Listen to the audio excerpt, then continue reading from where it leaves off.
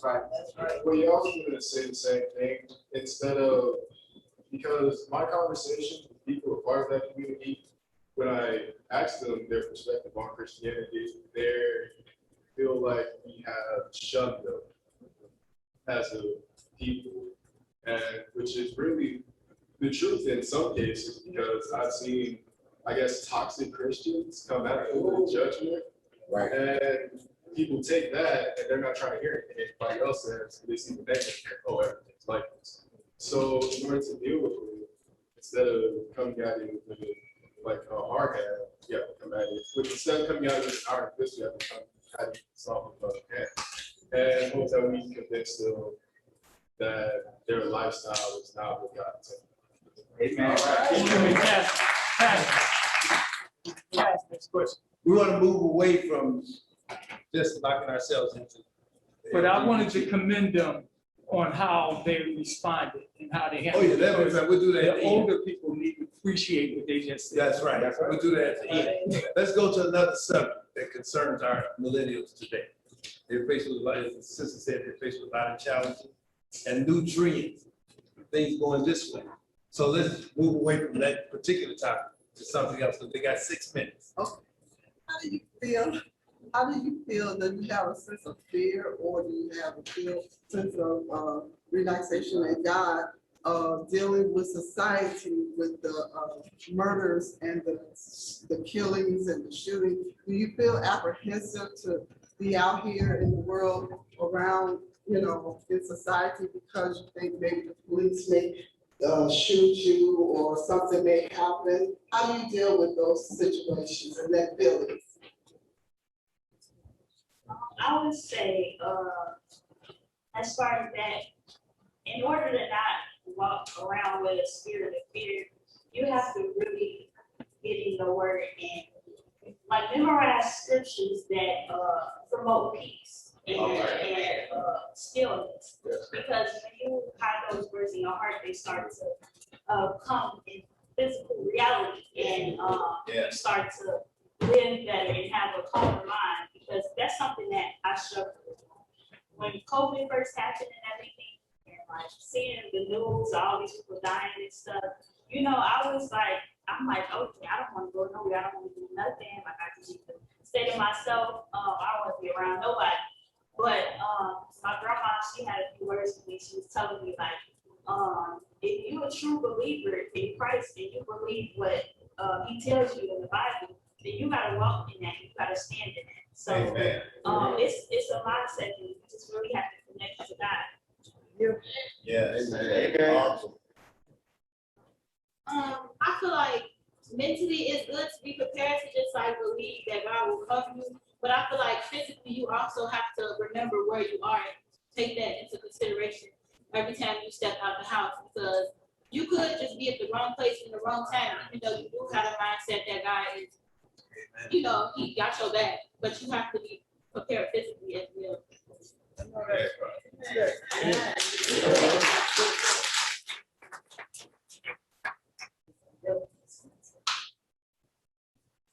Take 3 more questions for the floor. We have to end it there. By any subject matter. Okay, I'll throw it out. What is dating like today? We knew in our generation what dating was. Let's hear the voice of, I know the young child here is not ready to date. These are old. This is the old crew. She said, don't count me out, huh? So let's hear from them. What is dating like today?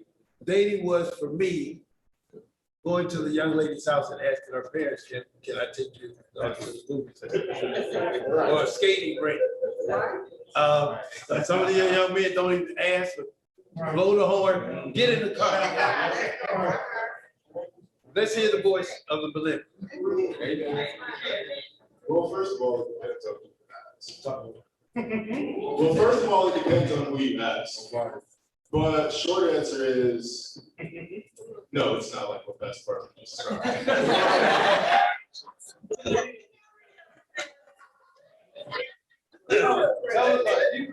yeah, dating in this age has really become because there's there's a culture of people who want instant gratitude and they expect to see that in a person. So really, dating has just become more of a, oh, with you one day, on with you the next day, on with you the day after that. But it isn't like that 100%. Well, my personal relationship isn't really like that. But yeah, it's really, things do get out of hand sometimes. Like you've seen stories of people running away from their homes and stuff.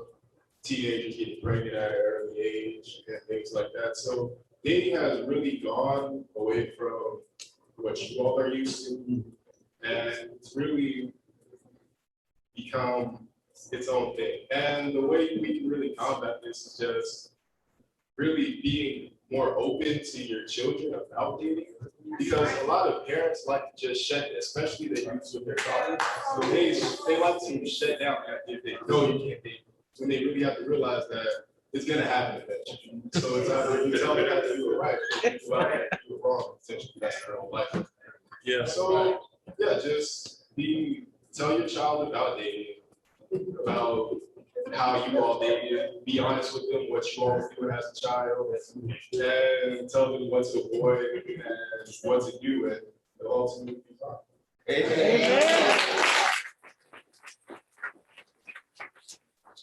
I would say, dating today is a lot more complicated now, I would say, because it's a lot of dangerous apps and things like that out there that people get on, like apps like Tinder and stuff like that, where people just get on there and they automatically expect stuff from you. Like if you allow a man to take you out on there, they'll probably try to get you to their house afterwards or something like that. Or it's like catfishes on the apps, they'll lie and say, oh, I'm this person, and then you go to see them and like they're a whole nother different person, and then you end up in a situation, you don't know what happened. Right. So it's a lot more dangerous now because of that as well. And then the media did a good job of trying to normalize bringing people around your intimate settings. Like it's normal for people to just on the first date go to each other's house and Netflix and chill and things like that. And it's not traditional anymore. Like you don't see the traditional aspect as much as you should, But I feel like as a Christian, we should be courting more, than dating. We should date with purpose instead of just dating for the while. So. Amen.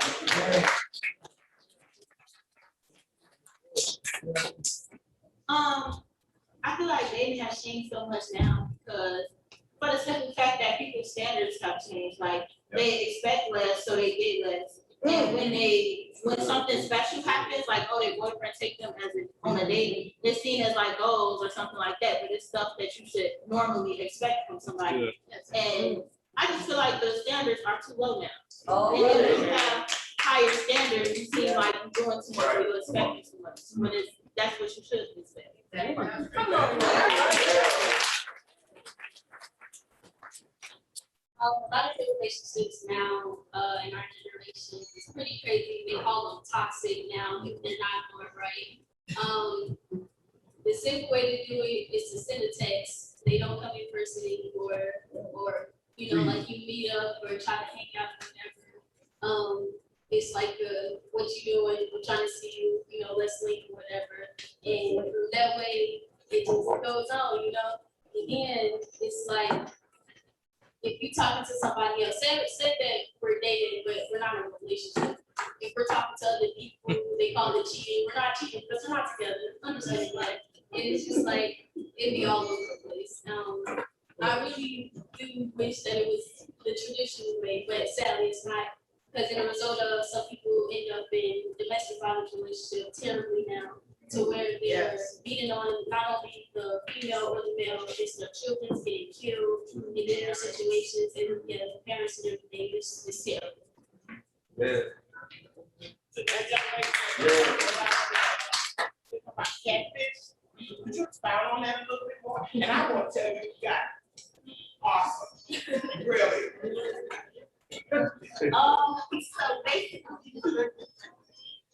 basically, what a catfish is somebody who presents themselves as one thing, like they might have a picture and say, yeah, they Chris Brown or somebody, somebody off the wall. And then you meet up with this person and then it's like somebody that's like the total opposite, So, and also it can be, I believe they catfishing for personality traits as well. And, showing things on social media and stuff that you don't actually do in life. Like they'll have all these pictures of these big stacks of money, whole time they scammers, or stealing it and stuff. So just be wary of that. So that's pretty much what a catfish is. Somebody that's perpetrating at something that they're not, but usually on a larger scale.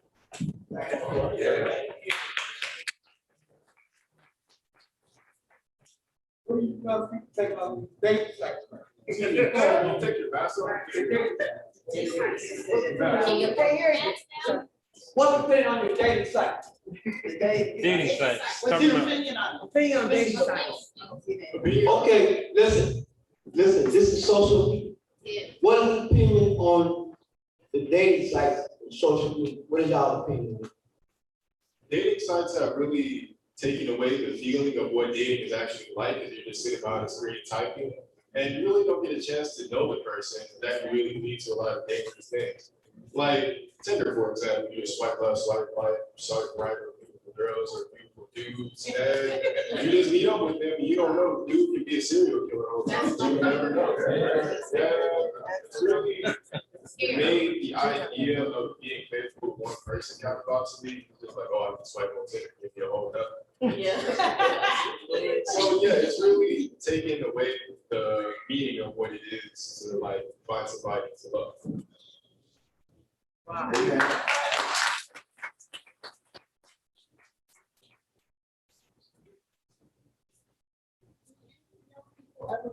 Christian dating websites, and is there a difference between them?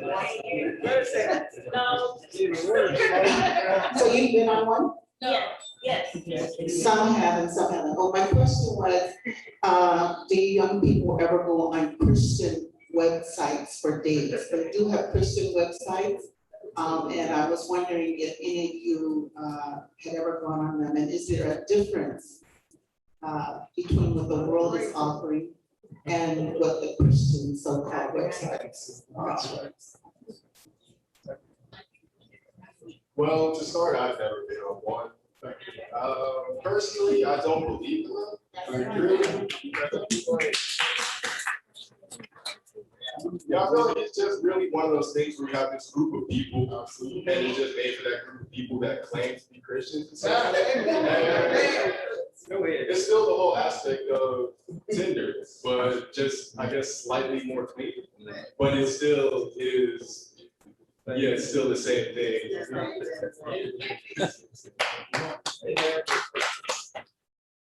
pretty much gonna say that, but I have had experience with ChristianMeeple.com, and I will say that it's pretty much the same thing as every other website. It's just like Chris said, it's the same thing, just dressed up. We have one last question for the adult to come, and we're gonna take it from another millennial, Mike. How important is eating healthy for you all? I'm 29 and I'm like just now about to start eating healthy. I'm trying to at least. And my sister, she's a year older than me, have blood pressure. And is that important to you all right now, eating healthy? Well, it definitely should be if it isn't already. But I feel like once you start, it's starting. That's the hardest part for me. Like you have to start and then keep a pattern of it. Like make yourself do it. When you go to the grocery store, just try to fight that temptation of grabbing like bacon or something. Get you some fruits and like some healthier type of meat. Maybe some chicken, something light. And just switch up your food choices. I would say find somebody on YouTube that does like the fitness lifestyle, and subscribe to one of their diets or something like that. Because I had a real problem with that, before I used to eat really greasy and I used to like McDonald's all the time and like, things like that. But you could also eat out sometimes, just make sure those are healthier options as well, like Chipotle, what's the other one? Subway. Yeah, and subscribe to a diet that you find online. Also ask a friend to do it with you there also. Okay. Okay, that's going to be the last question. Thank you, Belinda. Show us some love. Let's be back tomorrow.